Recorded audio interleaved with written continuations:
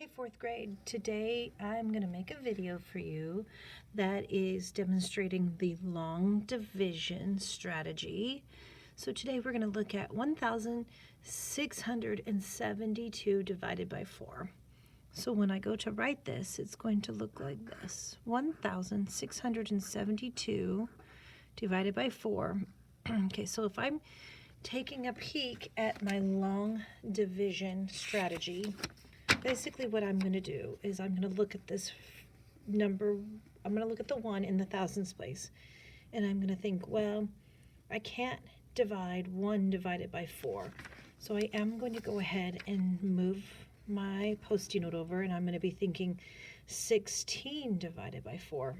Well, if I know my multiplication, 16 divided by 4 happens to be 4. So 4 times 4 is 16. And I am going to remember, no matter what, when you're dividing, you are dividing, multiplying, subtracting, checking, and then bringing your numbers down. So let's see, 16 divided by 4 is going to be 4. 4 times 4 is 16. Then I'm going to subtract. I'm going to check. Then my next step is to bring down this 7. And now this whole process starts all over. So now I'm thinking 7 divided by 4. 7 divided by 4, where I only have one option. Let's see, 1 times 4 is 4. 2 times 4 is 8. And 5 times 4 happens to be 20, and 10 times 4 is 40. So after I'm looking at my heavy hitters, I'm realizing I only have one option. 7 divided by 4 is going to be 1. I'm going to put a 4 here because 4 times 1, 4 times 1, or 1 times 4 is 4. So I multiplied 7 divided by 4. I'm going to multiply. 4 times 1 is 4. 4 times 1 is 4. Then I'm going to subtract. Then I'm going to make sure I'm checking my work.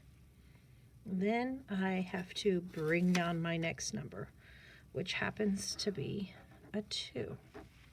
So then I'm going to think, okay, 32. Now the process starts all over. 32 divided by 4. 32 divided by 4. Well, if you're pretty good at your multiplication, you know that this is going to be an 8.